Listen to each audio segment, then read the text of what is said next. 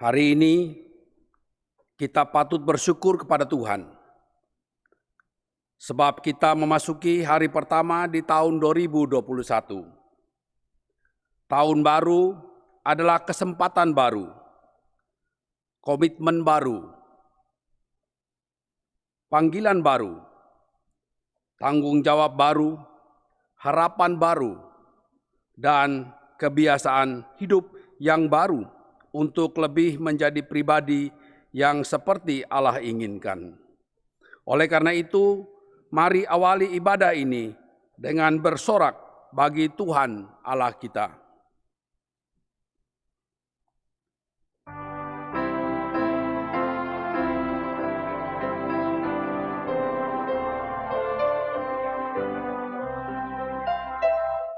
Datang tahun baru, inilah doaku, ya Bapa selamanya, anakku bimbinglah, semoga ku alami sejahtera penuh. Dan ajarku selalu padamu berserah.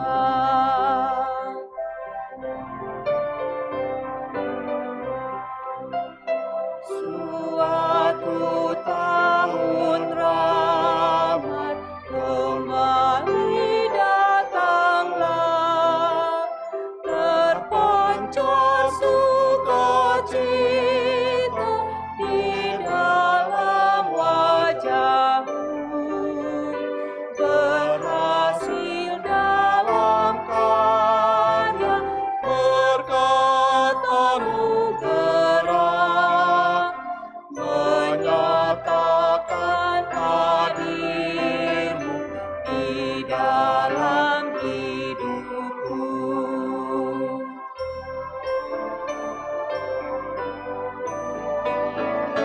Di dalam tahun baru, hatiku rindulah melayani Kau Tuhan, menjadi saksimu.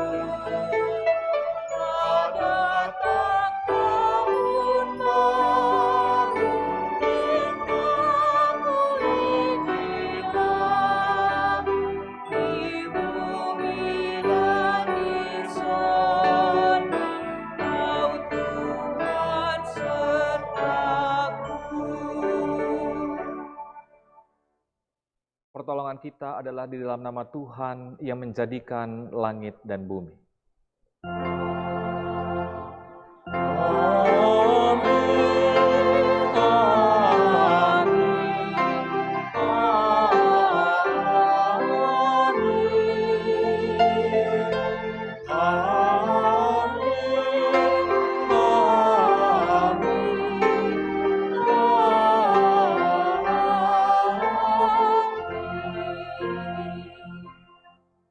Tuhan beserta saudara. Dan beserta saudara juga. Umat yang dikasihi Tuhan, ibadah tahun baru mengawali rasa syukur kita atas anugerah yang ilahi. Sebab kita dapat melewati tahun 2020 dengan segala suka dan duka. Kita tidak pernah tahu hari esok, tapi satu hal yang kita imani, bahwa berkat dan penyertaan Tuhan tetap bagi kita semua yang mau berpegang dan taat kepadanya. Oleh karena itu tema kita hari ini yaitu berdamai dengan kebaruan. Menegaskan bahwa di dalam Tuhan kita harus selalu mau beradaptasi dengan kebiasaan baru, gaya hidup yang baru, tetapi sesuai dengan kehendak Tuhan semata. Mari kita menyatukan diri di dalam doa.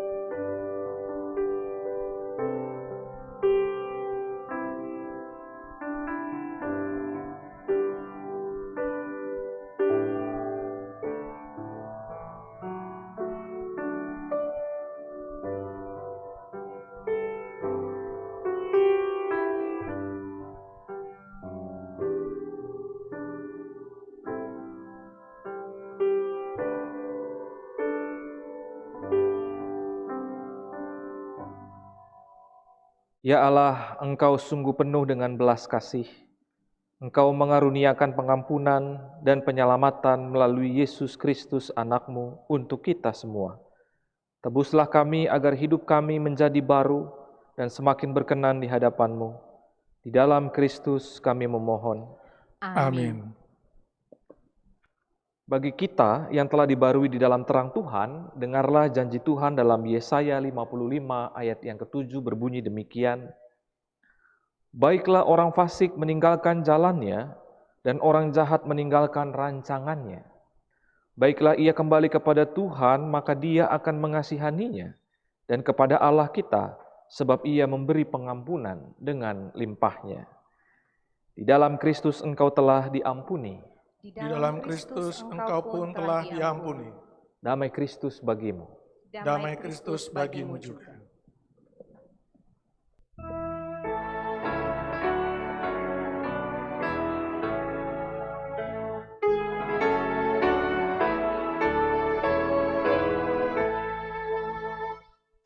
Terbitlah dalam kegelapan terang yang maha mulia.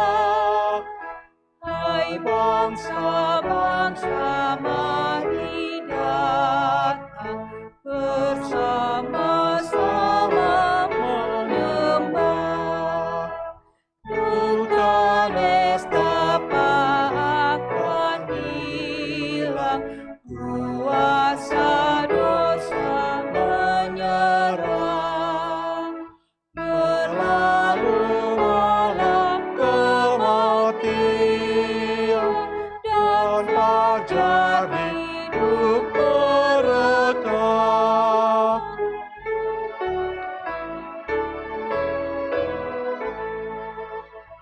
Seorang anak sudah lahir, menghibur isi dunia. Kerajaannya tak berhati dan maha agung namanya. Sang penasihat yang ajaib, Allah perkasa mulia, dan Bapa yang kekal abadi, Sang Raja damai selamanya.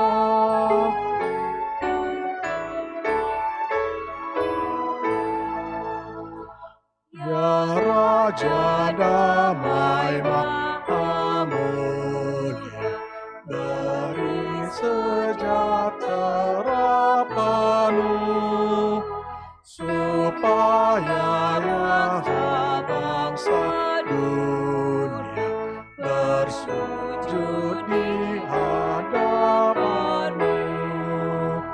Allah sendiri melakukan rencana keadilannya, dan tata Daud diteguhkan kekal selama-lamanya.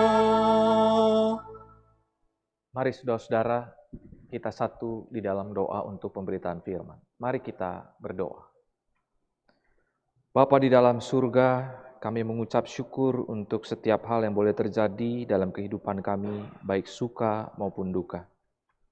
Engkau selalu menyertai kami dan bahkan setiap saat Engkau hadir bagi kami dalam pergumulan ataupun dalam kesukacitaan kami. Dan pada saat ini ketika di awal hari tahun yang baru ini, kami hadir di dalam hadirat-Mu yang kudus, kami meyakini bahwa apapun yang kami lakukan harus berlandaskan firman Tuhan. Untuk itu biarlah ibadah kali ini boleh Tuhan sertai, terutama pemberitaan firman yang sebentar akan dibagikan. Kiranya Bapa boleh menyertai dari awal sampai pada akhirnya. Ajarlah kami untuk menghayati firman Tuhan, menghidupinya dan melakukannya. Janganlah biarkan kami hanya setia untuk mendengar firman-Mu saja, tetapi tidak melakukannya. Biarlah sebagai anak-anak-Mu yang sudah diperbaharui dalam kehidupan kami boleh menunjukkan hidup yang baru itu dengan kami taat kepadamu. Bersabdalah kepada kami Bapa di surga, karena setiap kami pada saat ini bersedia untuk mendengarkannya. Di dalam Yesus Kristus firman yang hidup, kami berdoa dan mengucap syukur. Amin. Saudara-saudara, bacaan kita pada saat ini diambil dari Injil Matius 25 ayat 31 sampai dengan 46. Injil Matius 25 ayat 31 sampai yang ke-46. Apabila Anak Manusia datang dalam kemuliaannya dan semua malaikat bersama-sama dengan Dia, maka Ia akan bersemayam di atas tahta kemuliaannya. Lalu semua bangsa akan dikumpulkan di hadapannya, dan Ia akan memisahkan mereka seorang daripada seorang, sama seperti gembala memisahkan domba dari kambing. Dan Ia akan menempatkan domba-domba itu di sebelah kanannya, dan kambing-kambing di sebelah kirinya. Dan Raja itu akan berkata kepada mereka yang di sebelah kanannya, "Mari, hai kamu yang diberkati oleh Bapa-Ku, terimalah kerajaan yang telah disediakan bagimu sejak dunia dijadikan. Sebab ketika aku lapar, kamu memberi aku makan. Ketika aku haus, kamu memberi aku minum. Ketika aku seorang asing, kamu memberi aku tumpangan. Ketika aku telanjang, kamu memberi aku pakaian. Ketika aku sakit, kamu melawat aku. Ketika aku dalam penjara, kamu mengunjungi aku." Maka orang-orang benar itu akan menjawab Dia, katanya, "Tuhan, bila manakah kami melihat Engkau lapar dan kami memberi Engkau makan, atau haus dan kami memberi Engkau minum? Bila manakah kami melihat Engkau sebagai orang asing dan kami memberi Engkau tumpangan, atau telanjang dan kami memberi Engkau pakaian? Bila manakah kami melihat Engkau sakit atau dalam penjara dan kami mengunjungi Engkau?" Dan Raja itu akan menjawab mereka, "Aku berkata kepadamu, sesungguhnya segala sesuatu yang kamu lakukan untuk salah seorang dari saudaraku yang paling hina ini, kamu telah melakukannya untuk aku." Dan Ia akan berkata juga kepada mereka yang di sebelah kirinya, "Enyalah dari hadapanku, hai kamu orang-orang terkutuk, enyalah ke dalam api yang kekal yang telah sedia untuk iblis dan malaikat-malaikatnya. Sebab ketika aku lapar, kamu tidak memberi aku makan. Ketika aku haus, kamu tidak memberi aku minum. Ketika aku seorang asing, kamu tidak memberi aku tumpangan. Ketika aku telanjang, kamu tidak memberi aku pakaian. Ketika aku sakit dan dalam penjara, kamu tidak melawat aku." Lalu mereka pun akan menjawab Dia, katanya, "Tuhan, bila manakah kami melihat Engkau lapar atau haus, atau sebagai orang asing, atau telanjang, atau sakit, atau dalam penjara, dan kami tidak melayani Engkau?" Maka Ia akan menjawab mereka, "Aku berkata kepadamu, sesungguhnya segala sesuatu yang tidak kamu lakukan untuk salah seorang dari yang paling hina ini, kamu tidak melakukannya juga untuk aku." Dan mereka ini akan masuk ke tempat siksaan yang kekal, tetapi orang benar ke dalam hidup yang kekal. Demikianlah Injil Yesus Kristus. Berbahagialah mereka yang mendengarkan firman Allah dan yang memeliharanya.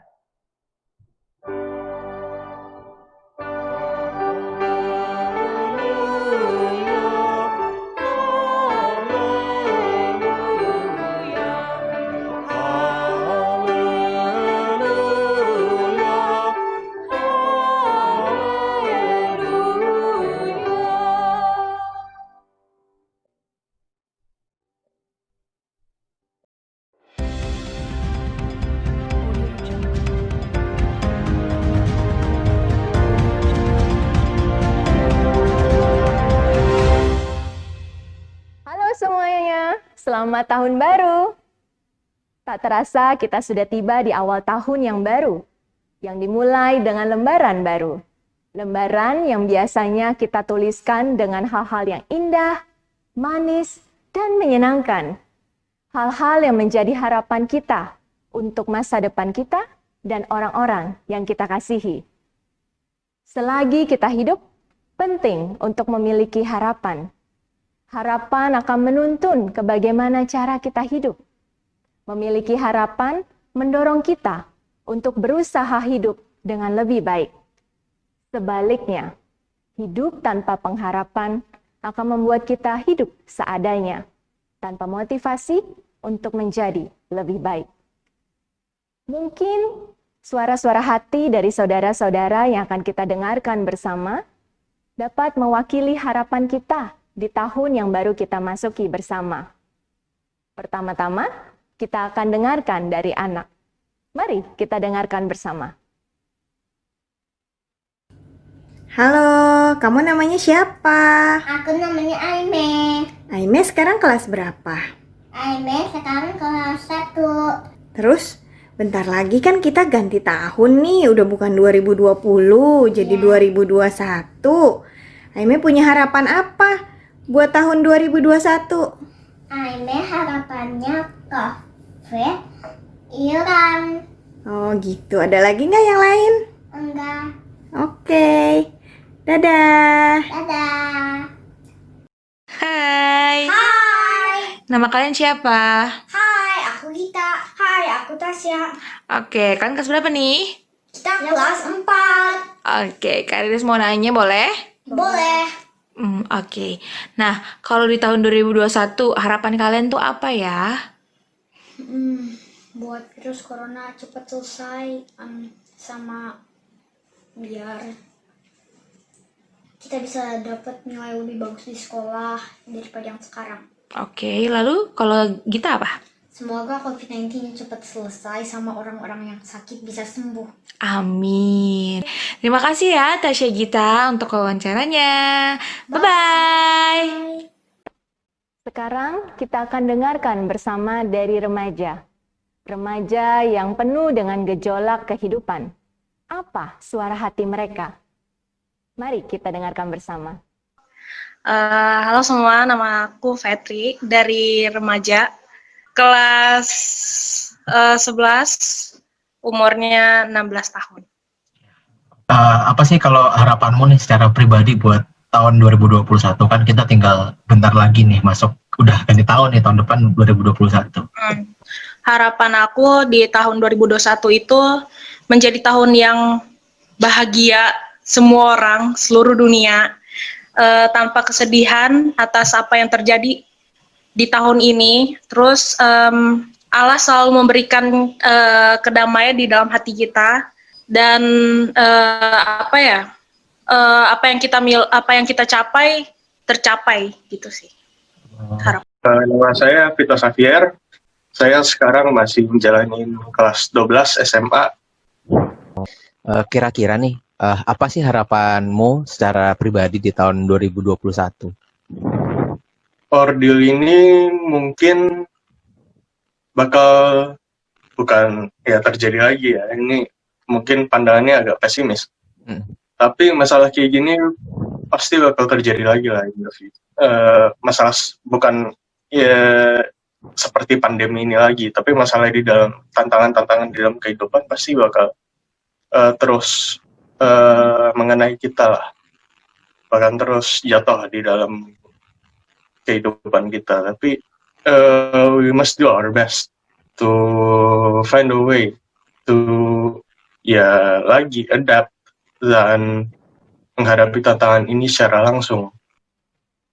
Selanjutnya adalah pemuda. Pemuda dengan segala gairah dan impian serta cita-cita. Di dalam situasi pandemik seperti ini, bagaimana harapan mereka? Apakah mereka masih tetap memiliki harapan yang teguh? Yuk kita simak bersama. Halo, aku Ervan, umur sekarang 27 tahun, sekarang kerja di konsultan infrastruktur, jadi keseharian ya kerja di kantoran, kurang lebih begitu.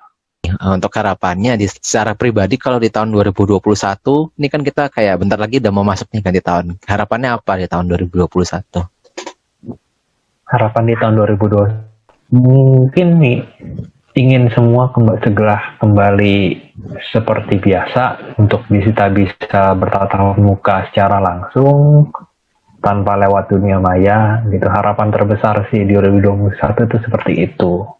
Jadi semuanya udah kembali seperti sedia kala bisa kita berkumpul, berinteraksi secara bebas lah, nggak ada sekat lagi gitu ibaratnya. Selamat malam, saya Yunis, anggota pemuda di GKI Citra, udah dari seumur hidup sih, dari anak sampai sekarang sudah jadi pemuda deh. Usianya 26 tahun sekarang udah masuk kerja. Terus kira-kira kalau secara pribadi, apa sih harapanmu di tahun 2021 ini? Harapan terbesar yang paling baik sih ya, vaksin coronavirus, menjanjikan sih untuk, karena udah kayak mulai baca-baca dan isunya itu akan mulai datang tahun depan, lumayan hopeful juga kalau misalnya kita itu bisa melewati pandemi ini. Gitu, hopeful, mengharapkan kalau misalnya 2021 dengan adanya vaksin ini bukan berarti pandemi ini selesai sih, tapi berarti kita lebih bisa melakukan aktivitas, kita bisa mulai berjalan lagi seperti biasa gitu.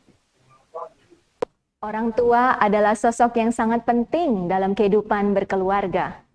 Dalam situasi pandemik yang masih terus berjalan saat ini, bagaimana orang tua dengan harapan mereka, baik dalam pekerjaan, mendidik anak-anak, dan mengatur kondisi keuangan keluarga?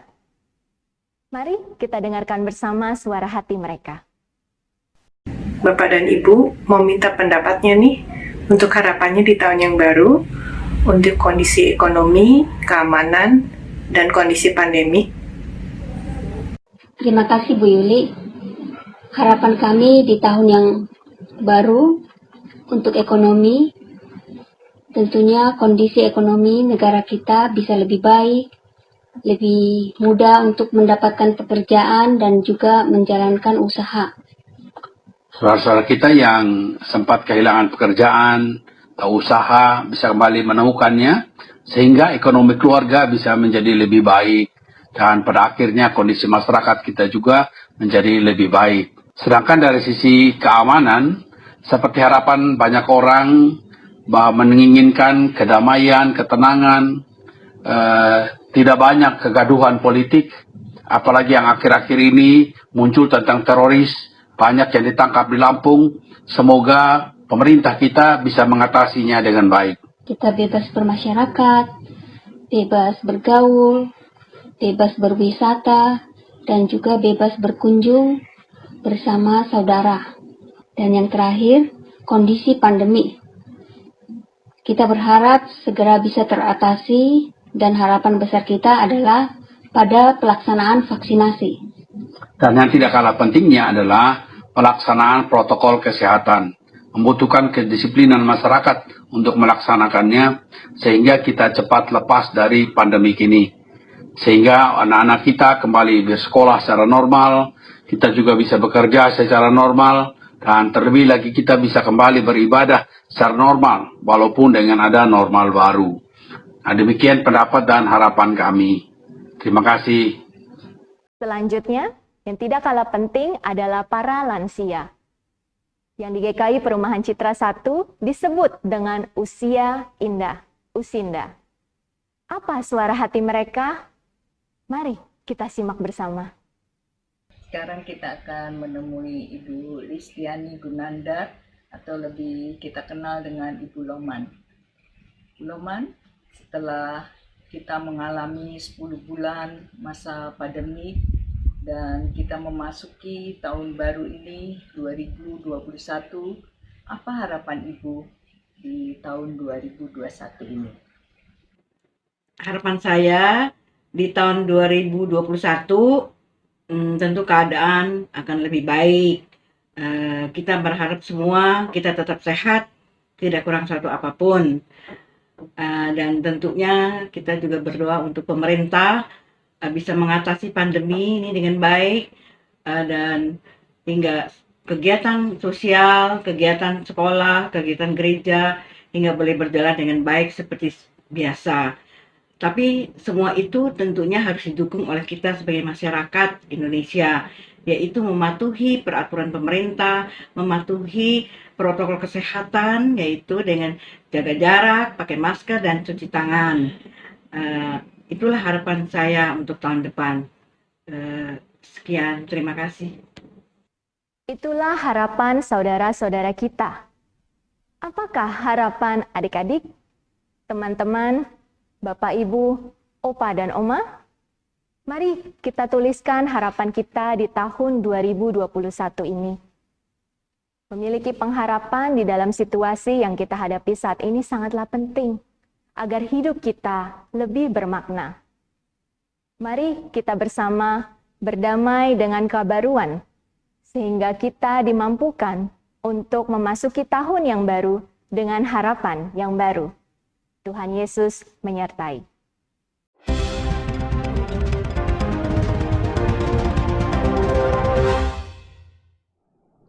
Selamat tahun baru untuk kita semua. Biasanya kalau menjelang tahun baru, dulu sebelum pandemi, setelah ibadah, kita sering mengadakan acara barbecue bersama keluarga gitu ya. Atau teman-teman kita sampai menunggu waktu lewat jam 24 ya. Menjelang mendekati pukul tersebut, kita juga biasanya bersama-sama menghitung detik-detik menuju ke tahun yang baru ya. Itu ada kebiasaannya juga. Beberapa suku ya, budaya tertentu di Indonesia dalam menyambut tahun baru ini juga mengadakan yang namanya sungkeman ya. Anak kepada orang tua dan memohon maaf jikalau selama 1 tahun ini ada begitu banyak hal yang dilakukan dan melukai hati orang tua, tapi juga meminta restu agar di tahun yang baru segala rencana dapat diberikan restu dan berjalan dengan baik ya. Tapi sekarang saudara-saudara, kita tidak bisa berkerumun. Karena apa? Karena nanti kita bisa melanggar protokol kesehatan yang ditetapkan. Kita hanya bisa berkumpul bersama keluarga menyambut tahun baru kali ini saja. Nggak bisa bersama-sama teman yang lain, tapi masih bisa bersama dengan keluarga. Dan inilah hidup yang harus kita jalani sekarang. Ya. Bukan hidup yang harusnya kita sesali. Kalau ini merupakan hidup yang kita sesali, maka kita pasti akan menjalani hidup yang kita sesali ini berdasarkan kemauan dan sesuka hati kita sendiri. Nah, saudara-saudara, bacaan kita pada Matius 25, perikop ini merupakan jawaban dari orang-orang Farisi dan para ahli Taurat yang hidup spiritualnya tidak mencerminkan sesungguhnya dari mengasihi Allah dan sesama dengan segenap. Kan kita tahu tuh ada segenap hati, jiwa, kekuatan, akal budi dan semuanya, ya. Sehingga yang mereka perlihatkan yaitu orang Farisi dan para ahli Taurat ini adalah kehidupan spiritual yang hanya bertujuan untuk mendapat pujian dan dilihat oleh orang. Hal ini disinggung oleh Yesus pada Matius 23 ayat 3 sampai yang ke-7. Di sana ia mengatakan, sebab itu turutilah dan lakukanlah segala sesuatu yang mereka ajarkan kepadamu. Tetapi janganlah kamu turuti perbuatan-perbuatan mereka, karena mereka mengajarkannya, tetapi tidak melakukannya. Mereka mengikat beban-beban berat lalu meletakkannya di atas bahu orang, tetapi mereka sendiri tidak mau menyentuhnya. Semua pekerjaan yang mereka lakukan hanya dimaksud supaya dilihat orang. Mereka memakai tali sembayang yang lebar dan jubah yang panjang. Mereka suka duduk di tempat terhormat dalam perjamuan dan di tempat terdepan di rumah ibadat. Mereka suka menerima penghormatan di pasar dan suka dipanggil rabi. Saudara-saudara, bagi mereka ini, yaitu orang Farisi dan ahli Taurat yang dikecam oleh Yesus, hidup adalah soal mereka sendiri dan bukan soal sesama yang membutuhkan pertolongan. Mereka hanya berpikir bahwa dengan mengajarkan Taurat kepada orang-orang Israel itu sudah lebih dari cukup dalam melakukan sesuatu kepada Allah. Yesus menilik hati mereka pada perikop ini bahwa apa yang selama ini mereka terus lakukan haruslah mereka ubah. Sebab mengasihi Allah berarti juga mengasihi sesama manusia. Menolong sesama berarti juga berbuat kebaikan kepada Tuhan. Yesus ingin mereka bersedia mengubah cara hidupnya yang lama menjadi kebiasaan yang baru, yang lebih berkenan kepada Allah ketimbang melakukan hidup sesuka hati mereka sendiri. Ada kalimat yang Yesus pernah katakan, yang tadi, kasihlah Tuhan Allahmu dengan segenap hatimu, jiwa, kekuatan, dan akal budimu, dan kasihlah sesamamu manusia seperti dirimu sendiri. Ini adalah perkataan Yesus yang menjelaskan bahwa mengasihi Allah dan manusia adalah hukum yang terutama. Artinya untuk menunjukkan bahwa kita benar-benar mengasihi Allah dengan segenap hati, jiwa, kekuatan, dan akal budi, maka kita harus berbuat sesuatu untuk Allah. Dan berbuat sesuatu untuk Allah bukan hanya sekedar menghafal Taurat, ya, atau hanya sekedar mengajarkan hukum tersebut seperti yang dilakukan oleh orang Farisi dan para ahli Taurat tadi, melainkan seperti apa? Seperti domba yang melakukan kebaikan kepada sesama tanpa melihat siapa dan latar belakang orangnya. Saudara-saudara, perikop ini juga berbicara tentang domba dan kambing. Secara singkat, Yesus menunjuk pada adegan penggembalaan yang biasanya terjadi pada zaman itu. Gembala menggembalakan sekawanan domba yang bercampur dengan kambing di tempat-tempat yang jarang digunakan untuk menggembalakan. Oleh karena daerahnya kering, maka kambing cenderung berjalan ke sana kemari untuk mencari rumput daripada diam di satu tempat. Kambing-kambing itu bercampur dengan domba, tetapi domba dan kambing tidak diharapkan supaya bercampur. Pada waktu petang, domba mendengarkan suara gembalanya, sementara kambing memilih untuk mengabaikan panggilan gembala. Pada waktu malam tiba, domba lebih suka di tempat terbuka, sedangkan kambing tidak, karena kambing tidak tahan terhadap udara dingin dan mereka memilih untuk terus berada di kandang. Saudara-saudara, menurut Yesus dalam bacaan ini, para domba adalah mereka yang melakukan sesuatu bagi sang raja ketika ia lapar, ketika ia haus, ketika ia tidak ada tumpangan, ketika ia telanjang, ketika ia sakit dan dipenjara. Tapi ketika mereka bertanya kapan mereka ada kesempatan berbuat demikian terhadap dia, sang raja menjawab, yang kalian perbuat terhadap salah seorang yang paling hina ini sama dengan yang kau perbuat terhadapku. Di dalam Injil Matius, ungkapan salah satu yang paling hina merupakan sinonim untuk murid-murid Yesus. Ketika ke-12 rasul diutus berdua, Yesus berkata, dan barang siapa memberi air sejuk secangkir saja pun kepada salah seorang yang kecil ini karena ia muridku, aku berkata kepadamu, sesungguhnya ia tidak akan kehilangan upahnya daripadanya. Matius 10 ayat yang ke-42. Karena itu, kebaikan hati yang diungkapkan kepada salah seorang pengikut Kristus dilakukan untuk Kristus sendiri. Pengikut Kristus diutus untuk menjadi saksi yang hidup baginya. Dia adalah wakil dari raja dan telah diberi otoritas untuk bersaksi demi nama Tuhan. Seorang utusan selalu menjadi milik orang yang mengutusnya, dan orang yang diutus itu harus selalu taat dan mewakili pengutusnya. Ada ciri-ciri seorang utusan yang baik menurut bacaan kita ini. Yang pertama adalah bersedia memberi. Kalau seorang utusan bersedia memberi apa yang ia punya ketika ia melihat ada orang yang lapar dan haus, maka ia juga melakukan seperti apa yang rajanya lakukan. Seorang utusan yang baik juga adalah seorang yang mau bersedia datang mengunjungi dan melawat. Itu juga berarti tandanya raja itu juga melakukannya. Seorang utusan juga bersedia melayani orang yang dianggap hina dan tidak melihat siapa orang tersebut. Dan itu yang dilakukan juga oleh raja yang mengutus mereka.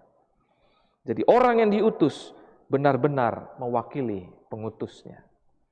Sedangkan istilah kambing, saudara-saudara, adalah mereka yang tidak melakukan apapun ketika mereka tahu bahwa raja itu lapar, haus, dan sebagainya. Mereka cenderung abai terhadap panggilan ini dan lebih fokus pada kehendak diri sendiri, percis seperti gambaran kambing yang tadi dikupas. Mereka cenderung tidak mau keluar dari ruang nyamannya. Bagi mereka, panggilan Sang Gembala tak penting dan memilih hidup dengan sesuka hati mereka sendiri. Ini seperti apa yang ditunjukkan oleh orang Farisi dan para ahli Taurat. Mereka bisa menghabiskan waktu di tempat yang sama dan berlama-lama di sana tanpa mempedulikan ancaman binatang buas. Intinya, yang disebut kambing ini adalah mereka yang tidak ingin beradaptasi dengan situasi yang baru dan hidup sesuka hati mereka saja sampai-sampai suara pemiliknya tidak digubris sama sekali. Sedangkan domba adalah hewan yang kenal dengan suara gembalanya. Mereka akan berangkat menuju ke gembala ketika mendengar suara gembala itu memanggil. Mereka berani meninggalkan padang rumput yang hijau hanya demi mengikuti suara Sang Gembala. Untuk nantinya, karena mereka percaya, dihantar ke tempat yang baru. Mungkin di tempat yang baru itu jauh berbeda dari tempat yang lama, atau situasi yang baru itu berbeda dengan situasi yang lama, yang baru gitu ya. Walaupun di tempat atau suasana yang baru tidak lebih menyenangkan dari tempat atau suasana yang lama. Tapi yang terpenting bagi domba adalah mereka percaya bahwa Sang Gembala bersama mereka yang dapat melindungi mereka dari binatang buas dan ancaman yang lain. Pada penghakiman terakhir, Sang Hakim yang adil menempatkan domba di sebelah kanan dan kambing di sebelah kirinya. Di sebelah kanan adalah mereka yang bersedia ikut kepada Sang Gembala kemanapun ia membawanya ke tempat yang baru dan melakukan pertolongan kepada sesama manusia, yaitu saudara yang paling hina tadi, tanpa memandang siapa mereka dan melakukannya dengan penuh ketulusan. Dan di sebelah kiri, dalam mereka yang tidak bersedia mengikuti Sang Gembala dan menjalani hidup dengan caranya sendiri, serta tidak melakukan apa yang seharusnya bisa mereka lakukan karena mereka terjebak pada pemahaman dan cara masa lalu yang membuat mereka akhirnya menjadi pribadi-pribadi yang eksklusif. Intinya, di sini Yesus menawarkan kemanusiaan dengan cara hidup yang baru, bahwa mengasihi Allah dengan segenap diwujudkan juga dengan mengasihi sesama dengan segenap dan tulus. Jika mereka tidak tulus, maka mereka akan terlihat seperti orang yang berkata, sekiranya kami tahu bahwa orang itu adalah Engkau, maka kami tentu akan menolong. Tetapi kami kira dia cuma orang biasa yang tidak layak ditolong. Jika begini, maka pandangan kasih mereka masih pada pandangan yang lama dan bukan seturut apa yang Tuhan kehendaki. Mereka masih berada pada posisi yang membeda-bedakan orang untuk ditolong. Jelas bahwa ini bukanlah kasih yang diinginkan oleh Yesus. Sebab kasih itu bersifat universal, lahir dari kasih Allah yang besar kepada dunia. Namun jika orang seperti tadi tetap ingin menolong, maka ujungnya orang seperti ini adalah mereka yang memberi tapi menghendaki diri untuk dipuji, disebarluaskan kebaikannya agar namanya masyhur di mata manusia. Pertolongan yang dilakukan namun seperti ini adalah keserakahan yang terselubung, padahal sebenarnya pertolongan itu harus lahir dari hati yang tulus dan sekedar ingin menolong. Saudara-saudara, dalam hidup kita seringkali cenderung untuk terbiasa hidup sesuka hati kita saja. Kita tidak mau lagi melihat ada aturan dan sebagainya. Asalkan kita senang, asalkan kita nyaman, itu yang kita pilih dan lakukan. Sehingga ketika ada sesuatu yang baru kita merasa terancam dan takut karena kita sudah terlalu nyaman dengan sesuatu yang lama. Kita tidak bersedia out of the box karena di sana kita sudah settle, mendapatkan sesuatu yang kita inginkan. Kita tidak mau perubahan itu membuat posisi nyaman kita terganggu. Itulah kenapa orang Farisi dan juga orang-orang ahli Taurat sangat tidak suka kepada Yesus, karena mereka takut posisi mereka tergantikan oleh Yesus. Kita tidak mau lagi memulai sesuatu yang baru karena kita tidak mau repot. Kita tidak mau letih karena harus berjerih payah dan tidak rela meninggalkan kebiasaan lama yang selama ini kita enjoy di dalamnya. Kita percis seperti orang Farisi dan ahli Taurat tadi yang dikecam oleh Yesus. Padahal jika kita melihat dan memaknai lebih dalam lagi, sesuatu yang baru itu bukanlah sesuatu yang buruk. Umat yang dikasihi Tuhan, pandemi COVID 2019 ini membuat hati kita remuk redam. Kita kehilangan, kita sakit, dan kita gagal untuk menjalankan setiap rencana ataupun usaha yang kita sedang rintis. Kita berjumpa dengan penderitaan, silih berganti dan bertubi-tubi. Kadang dalam situasi itu, kita menyalahkan Tuhan.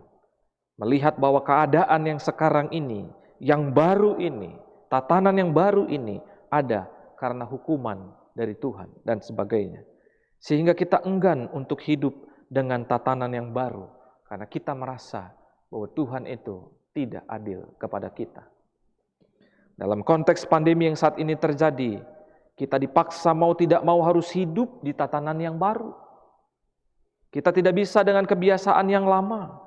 Dulu kita pulang kerja tidak langsung mandi, tapi masih ngobrol dulu dengan anggota keluarga atau mampir dulu di kafe, di mall, nonton film bersama pacar, rekan, istri, suami, atau siapapun itu. Dulu juga kita tidak rajin mencuci tangan. Kita biasa juga tidur larut, gitu ya. Kita tidak rutin minum vitamin dan sebagainya. Keluar rumah, dulu tidak pernah pakai masker. Tidak perlu menjaga jarak, bisa refreshing bersama keluarga kemanapun kita mau, ya, bisa bercengkrama dan sebagainya. Dulu kerja atau sekolah, kita mesti bangun pagi, dan kita selalu berjumpa dengan macet di jalan, gitu ya. Kita bisa berinteraksi, ya, bersama rekan atau teman kita semua di tempat di mana kita tuju tadi. Begitu juga dengan ibadah. Dulu kita sudah persiapkan diri untuk berangkat ke gereja. Mau pilih mana? Yang paling pagi, pertengahan pagi, atau yang paling siang, atau sore. Ya. Kita juga persiapkan diri untuk ikut PA wilayah. Wilayah siapa? Di mana? Gitu ya. Dan kita mulai buka Google Map. Kita persiapkan diri untuk mengajar anak-anak sekolah minggu. Kita persiapkan diri untuk doa kelompok, persekutuan usinda, pemuda, remaja, dan sebagainya. Tapi sekarang keadaan sudah berubah. COVID-19 membuat kita harus hidup dengan kebiasaan baru. Disinilah adaptasi kita lakukan, gaya hidup yang baru kita lakukan. Adaptasi merupakan salah satu cara bagaimana organisme mengatasi tekanan lingkungan sekitarnya untuk bertahan hidup. Setiap makhluk hidup yang mampu beradaptasi dengan lingkungan, maka akan dapat bertahan hidup. Sedangkan makhluk hidup yang tidak mampu menyesuaikan diri akan beresiko mengalami kepunahan. Sekarang jika di rumah pun kita teratur menjaga pola hidup kita. Kita yang dulu tidak pernah rajin berolahraga secara tiba-tiba menjadi rajin mengikuti kelas senam, kelas yoga, bahkan beli alat-alat yang bisa menghitung berapa jarak gitu ya, berapa detik, berapa langkah yang bisa kita tempuh. Dan juga lebih hebatnya membeli alat-alat untuk gym di rumah. Kita rajin mengkonsumsi multivitamin dari berbagai macam A, B, C, D, E, F, G, H, I, J sampai Z dan memperhatikan pola makan kita. Apakah ini mengandung kolesterol yang banyak, apakah ini mengandung serat dan sebagainya. Kita menjadi pribadi yang lebih hati-hati. Kita juga pasang alarm untuk tidur pukul berapa dan bangun pukul berapa. Kerja, sekolah, dan ibadah pun dari rumah dan hampir lebih dari 8 jam kita duduk di depan laptop kita untuk mengikuti kerjaan ataupun studi. Kita pun ibadah melalui online, bahkan rapat-rapat pun terkait pelayanan kita di gereja melalui online. Setiap hari berjumpa dengan orang-orang di rumah dan tidak bisa keluar rumah jika memang tidak sangat terpaksa. Untuk itu, saudara-saudara, banyak dari keluarga-keluarga dalam pandemi ini akhirnya menciptakan cara-cara kreatif dari adaptasi mereka, seperti melakukan kebersamaan dengan anggota keluarga, memasak bersama, bercocok tanam bersama yang dulunya kagak pernah gitu ya, berbenah rumah bersama, nonton bersama, beli permainan puzzle begitu banyak, bahkan kita mendownload di internet dari Google Store dan sebagainya gitu ya. Supaya apa? Supaya tidak membosankan. Jika memang terpaksa harus keluar rumah, maka yang pertama kita ingat itu sekarang adalah masker. Tidak lagi lipstik. Karena apa? Karena kalau udah pakai masker, lipstiknya kagak kelihatan. Jadi bisa lebih hemat. Yang kita ingat pertama kali adalah masker. Buat laki-laki ketika keluar rumah berasa ada sesuatu yang kurang. Apa ya? Masker. Hal yang kedua yang tidak dilupakan adalah hand sanitizer. Tumbler pribadi gitu ya. Entah itu hadiah atau beli, ya, termos dengan segala macam bentuk, warna dan sebagainya. Alat makan pribadi, dan nanti ketika ketemu sama orang lain, kita menjaga jarak dengan orang lain itu secara sangat ketat. Kita juga dengan kesadaran menghindari tempat-tempat yang penuh kerumunan dan memilih hanya untuk berdiam diri di rumah. Sampai-sampai nih, tukang cukur atau tukang urut pun kita panggil ke rumah dengan prokes dulu tentunya ya yang dilakukan. Karena apa? Mereka akan bersentuhan langsung dengan kita. Maka dari itu, saudara-saudara, kalau kita sudah bisa beradaptasi, sudah sepantasnya kita jangan anti pada sesuatu tatanan yang baru pada saat ini. COVID-19 memang membuat hidup kita berubah total dari sebelumnya. Namun perubahan yang kita lakukan saat ini kan justru tidak membawa kita kepada kerusakan total. Tapi justru memberi kita kesempatan untuk merawat kehidupan yang dipercayakan oleh Tuhan. COVID-19 ini mengingatkan kepada kita bahwa hidup kita itu bukan hanya untuk diri kita sendiri, tapi untuk orang lain. Ketika kita memakai masker dan mematuhi protokol kesehatan, maka kita juga sedang menjaga hidup orang lain daripada hidup kita sendiri. Tidak bisa terbayangkan jika pada masa pandemi saat ini kita masih melakukan kebiasaan yang lama. Sebelum pandemi, akan jadi berapa jumlah penderita COVID?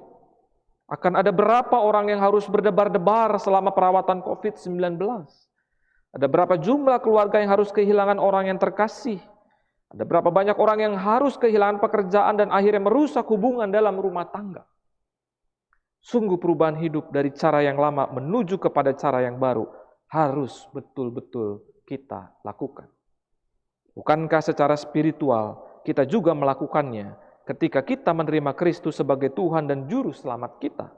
Bahwa hidup lama kita turut dikubur bersama Kristus dan kita bangkit dengan hidup yang baru. Hidup di mana Kristus yang menjadi hakim yang adil. Kita juga diingatkan melalui kelahirannya kemarin, yang membawa kemanusiaan yang baru. Ia hadir bukan untuk memerintah dengan tangan besi dan mata ganti mata. Ia hadir justru untuk membawa manusia kepada damai sejahtera. Ia membawa kasih sebagai yang utama dalam hidup manusia. Jikalau kemanusiaan yang lama itu penuh dengan kekerasan, maka Kristus hadir menggantinya dengan kemanusiaan yang benar-benar memanusiakan manusia. Dan kehadirannya sebagai manusia, ia memberi warna baru dalam hidup manusia melalui teladannya yang begitu sempurna dan mempesona. Manusia yang dulu gemar pada kekerasan, sekarang hidup dalam damai dan cinta. Yang dulu dipenuhi dendam, sekarang kejahatan dibalas dengan kebaikan. Dulu menjalani hidup sesuka hati kita saja, sekarang hidup berdasarkan firman Tuhan. Pandemi ini membuat kita mengingat kembali siapa diri kita di hadapan Tuhan. Kita menyadari bahwa kita ini adalah makhluk yang terbatas, namun dengan keterbatasan kita, bukan berarti kita tidak dapat belajar dan beradaptasi. Yang kita butuhkan adalah supaya kita mau melakukan perubahan dan mengupgrade diri, agar di tengah era tatanan baru ini, kita tidak kehilangan panggilan kita sebagai garam dan terang dunia dengan saling memperhatikan sebagai domba-domba Kristus. Kita bersedia menolong mereka yang sedang menderita, berdoa baginya, memberikan kekuatan dan pertolongan sebisa kita. Yang luar biasa terjadi pada pandemi saat ini adalah di mana kita belajar untuk hidup dengan sesuka hati kita, melainkan hidup dengan memperhatikan sesama dan berbagi kepada mereka, termasuk berbagi kehidupan ketika kita dengan taat menjalani protokol kesehatan. Disrupsi jangan membuat kita akhirnya dapat diinterupsi oleh iblis, sehingga yang kita pikirkan adalah diri kita sendiri. Justru disrupsi harus membuat kita semakin mengasihi sesama dengan memberi mereka makan, memberi mereka minum, memberi mereka tumpangan, memberi mereka pakaian, memberi mereka kekuatan, dan memberi mereka penghiburan, agar kita bisa berada di sebelah kanan dan membuat yang di sebelah kiri tadi itu tidak ada sama sekali. Tapi satu hal yang perlu kita ingat, bahwa pada penghakiman terakhir itu, keselamatan bagi orang benar bukan berakar dalam perbuatan-perbuatan baik, tetapi di dalam kebaikan hati Allah Bapa. Perbuatan-perbuatan baik yang diperlihatkan orang benar merupakan buah kasih karunia. Perbuatan baik diharapkan keluar secara alami dari domba-dombanya sebagai buah dari kasih dan ketaatan. Di tahun yang baru ini, tahun 2021, sebagai murid-murid Kristus, mari kita semakin mempersiapkan diri untuk menyambut hidup dalam tatanan yang baru. Mari kita melatih diri kita terus agar dapat menjalani kebiasaan yang baru dengan baik. Sudah saatnya kita mesti bersahabat dengan perubahan agar kita tidak terperangkap pada konsep masa lalu. Mari kita biasakan untuk bersahabat dengan digital, dengan teknologi, bersahabat dengan istilah online, bersahabat dengan istilah webinar, Zoom, Google Meet, ya, dan sebagainya. Kalau dulu mungkin ketika kita hendak ke gereja, rapat, atau pergi ke tempat kerja, kampus, dan sekolah, kendala kita ada di waktu. Kita kadang mengejar waktu agar tidak terlambat karena kita tahu bahwa jalanan akan macet menuju ke tempat tujuan. Tapi sekarang macet di jalan itu bukan menjadi sebuah kendala. Kendalanya saat ini adalah koneksi internet. Koneksi internet yang buruk, yang juga kadang terjadi lag, dan tidak familiarnya orang-orang terhadap dunia digital, itulah yang menjadi kendalanya. Tapi ketika kita mau belajar di dalam hidup tatanan yang baru, itu bukan menjadi persoalan. Dan itulah hidup pada saat ini. Perubahan menjadi sesuatu yang harus kita lakukan dan kita tidak bisa mengelak. Tapi tentunya perubahan yang dilakukan tidaklah dilakukan seorang diri saja, melainkan kita secara bersama-sama sebagai anggota tubuh Kristus yang memulihkan. Jadi jangan menempatkan diri sebagai musuh pada kebaruan yang saat ini terjadi. Memang ada banyak luka, ada banyak duka yang terjadi. Tapi kalau kita tidak beradaptasi di dalam tatanan yang baru ini, berdamai dengan kebaruan pada saat ini, maka kita bisa semakin terpuruk. Allah ada bagi kita. Oleh sebab itu, mari kita mau berdamai dengan kebaruan. Jangan kita kesal karena kita tidak dapat lagi hidup seperti masa lalu. Memang kita kehilangan dan menderita, namun hidup itu kan mesti harus berjalan. Maka yang bisa kita lakukan adalah berdamai dengan kebaruan, tapi tetap mempertahankan identitas kita sebagai murid-muridnya. Sebagai penutup, saudara-saudara, berdamai dengan kebaruan itu berarti dengan tulus dan sukacita menyambut perubahan-perubahan yang terjadi sebagai proses pembelajaran yang baru dan sepenuhnya sebagai proses untuk bergantung pada Sang Gembala Agung agar iman kita menjadi lebih dewasa. Kita hanya bisa berdamai dengan kebaruan saat ini jika Raja Damai itu kita rasakan lahir juga di dalam hati kita.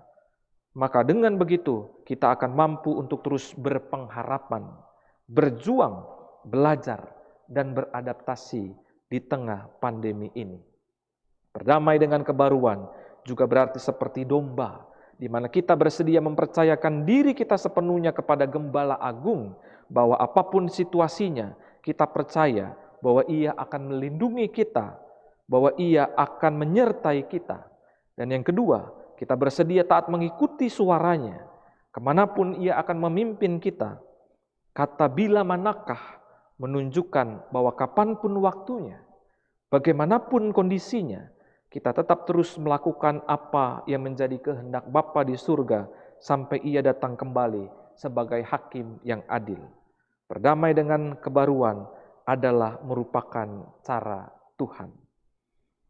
Kita juga telah mendengar harapan-harapan tadi. Mari kita menuliskan harapan hidup kita juga di tahun yang baru 2021. Walaupun kondisi belum seperti yang kita harapkan, tetapi kita harus tetap memilikinya, agar hidup kita tidak menjadi sia-sia. Untuk itu mari kita berdamai dengan kebaruan sehingga kita semakin dimampukan untuk memasuki tahun baru dengan harapan baru. Selamat tahun baru. Kita percaya jika Tuhan menyertai kita di tahun 2020 yang lalu, maka Ia pun akan pasti menyertai kita di tahun 2021. Mari melangkah dengan pasti, melangkah dengan berani, dan bersedia hidup dalam kebiasaan baru untuk terus memuliakan Tuhan, agar nantinya kita dapat berada di sebelah kanannya dan meniadakan jumlah yang ada di sebelah kirinya. Selamat tahun baru untuk kita semua. Kiranya Tuhan Yesus memberkati kita sekalian. Amin.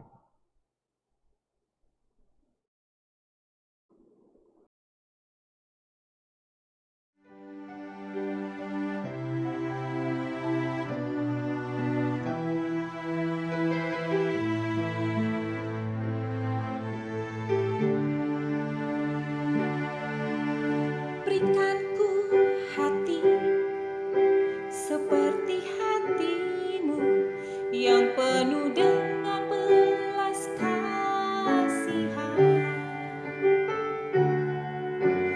Berikan ku mata seperti matamu memandang tuaian di sekelilingku. Berikan ku tanganmu untuk melakukan tugasku. Berikan ku kakimu melangkah dalam rencanamu. Berikan ku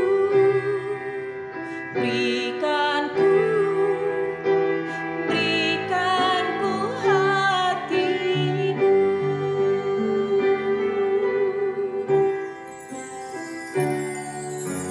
Berikan ku hati seperti hatimu yang penuh dengan belas kasihan. Berikan ku mata seperti matamu memandang tuaian di sekelilingku. Berikan ku tanganmu untuk melakukan tugasku. Berikan ku kakimu melangkah dalam rencanamu. Berikan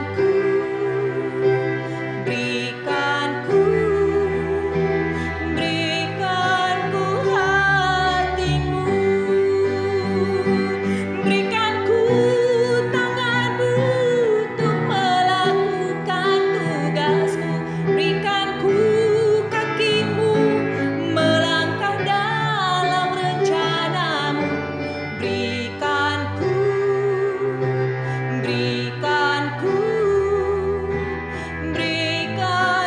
hatimu. Berikan ku hatimu.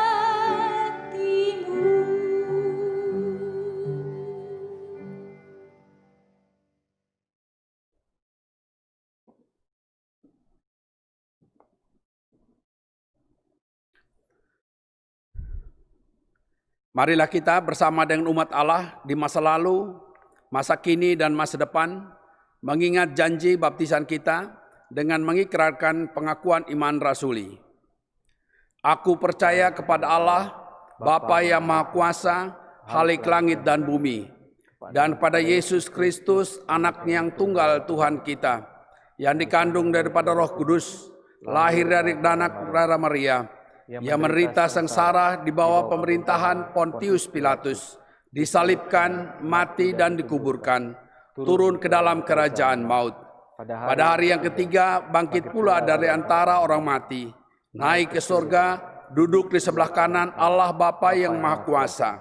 Dan dari sana ia akan datang untuk menghakimi orang yang hidup dan yang mati. Aku percaya kepada Roh Kudus, gereja yang kudus dan am, persekutuan orang kudus, pengampunan dosa, kebangkitan orang mati, dan hidup yang kekal. Amin. Mari kita berdoa.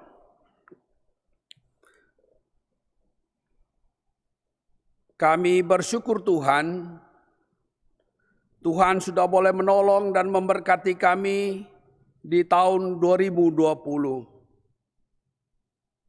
Kami boleh melewatinya. Walaupun kami mengalami begitu banyak hal yang tadinya kami tidak pernah bisa membayangkannya, apalagi mengharapkannya. Kami mengalami banyak kesusahan. Tuhan mengizinkan kami mengalami banyak pergumulan. Tetapi Tuhan, kami juga melihat bagaimana Tuhan menolong kami. Kami melihat tangan Tuhan menuntun kami. Sehingga hari ini kami ada sebagaimana kami ada. Tangan Tuhan yang menuntun kami. Pandemi COVID yang kami alami seolah-olah tak berujung. Tetapi Tuhan menolong kami. Sehingga kami ada sekarang. Di tahun yang lalu begitu banyak hal yang kami alami. Ada banyak yang hilang dalam hidup kami. Orang yang kami kasihi. Pekerjaan, usaha, kesehatan. Tetapi Tuhan, di dalam setiap peristiwa itu, kami juga melihat tangan Tuhan di sana.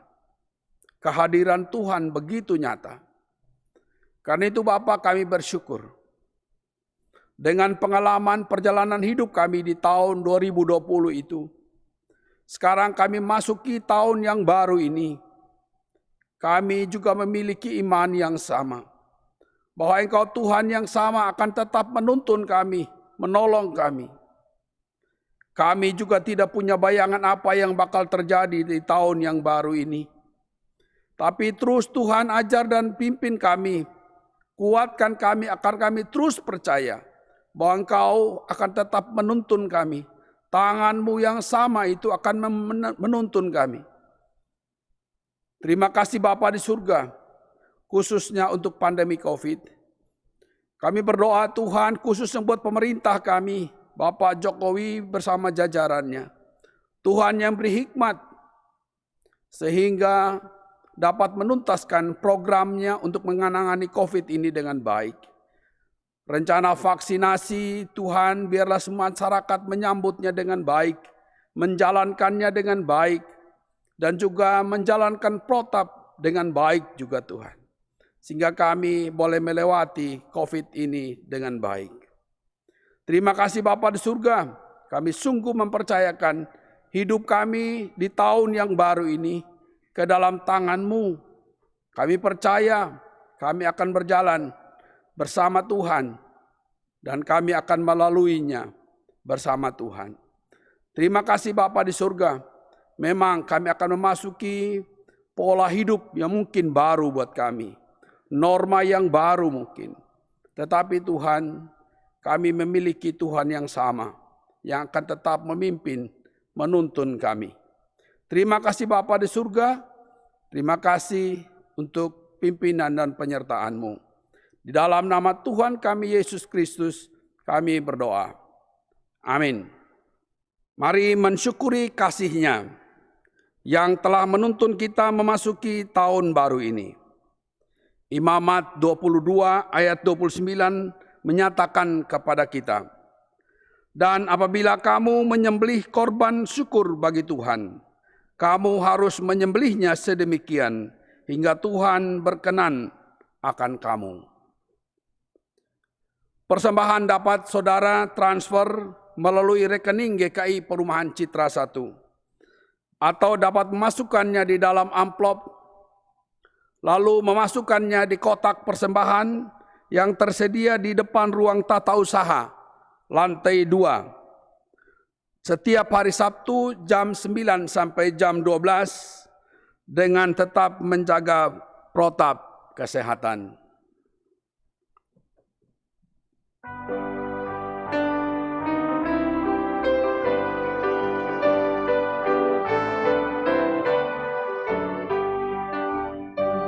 Betapa banyaknya berkat yang Kau beri, teristimewa rahmat-Mu dan hidup abadi. Terima kasih ya Tuhanku atas keselamatanku, padaku telah Kau beri hidup bahagia abadi.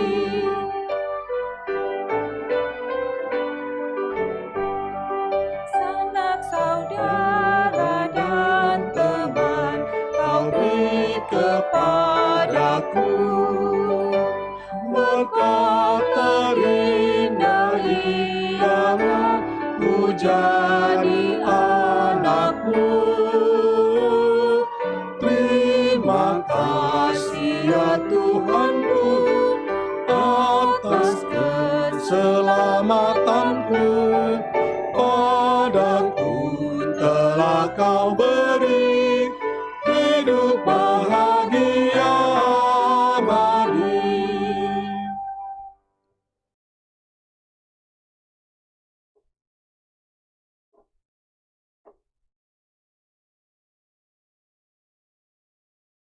Mari kita berdoa. Bapa yang baik,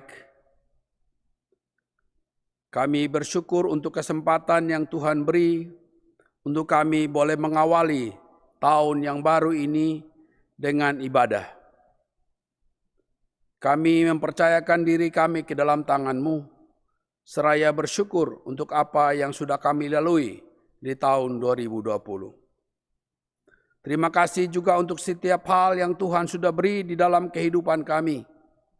Terima kasih Tuhan sudah mencukupi apa yang menjadi kebutuhan kami. Terima kasih untuk setiap kemampuan yang Tuhan beri agar kami dapat menyesuaikan diri dengan situasi yang baru.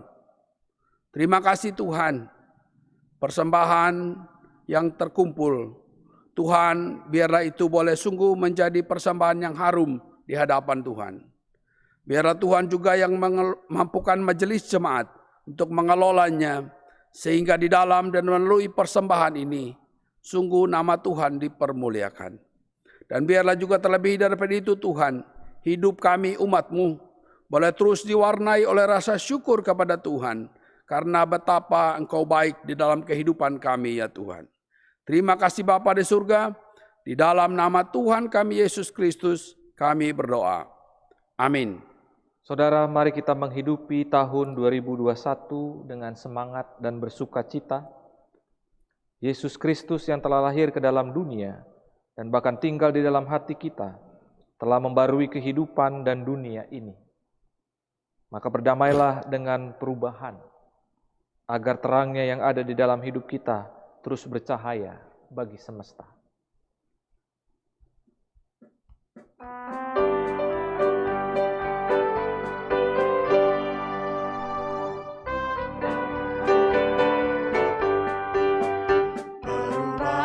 Besar di kehidupanku sejak Yesus di hatiku. Di jiwaku bersinar terang yang cerlah sejak Yesus di hatiku. Sejak Yesus di hatiku. Sejak Yesus di hatiku. Jiwaku bergema bagai ombak besar. Sejak Yesus di hatiku.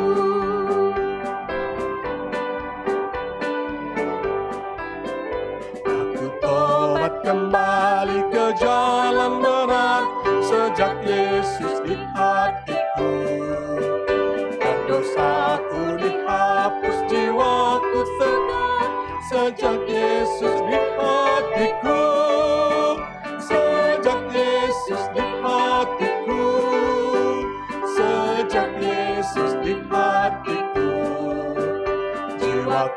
bergema bagai ombak besar. Sejak Yesus di hatiku,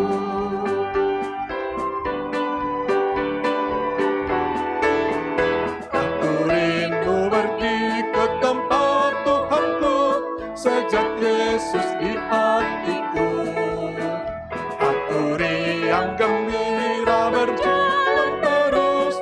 Sejak Yesus di hatiku, sejak Yesus di hatiku, sejak Yesus di hatiku, jiwaku bergema bagai ombak besar. Sejak Yesus di hatiku. Arahkanlah hatimu kepada Tuhan. Kami mengarahkan hati kami kepada Tuhan. Jadilah saksi Kristus. Syukur kepada Allah. Terpujilah Tuhan. Kini dan selamanya. Kiranya pembaruan hidup terjadi padamu hanya oleh Allah Bapa, dan teladan Yesus Kristus menjadi lakumu setiap hari, serta penyertaan Roh Kudus memampukanmu menjadi pembawa pembaruan dimanapun engkau berada, kini dan selamanya.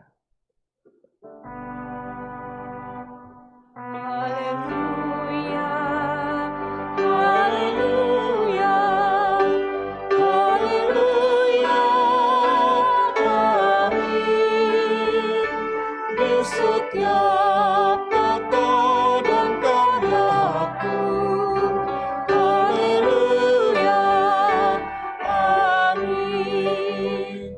Haleluya, haleluya, haleluya, amin.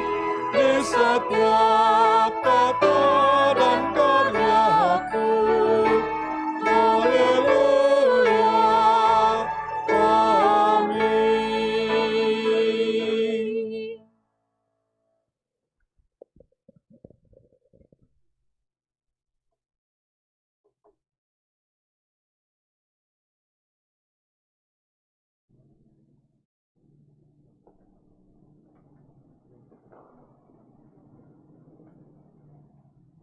Umat Tuhan, kita bersaat teduh.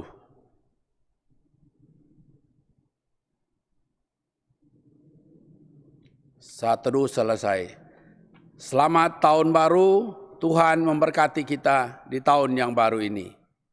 Amin.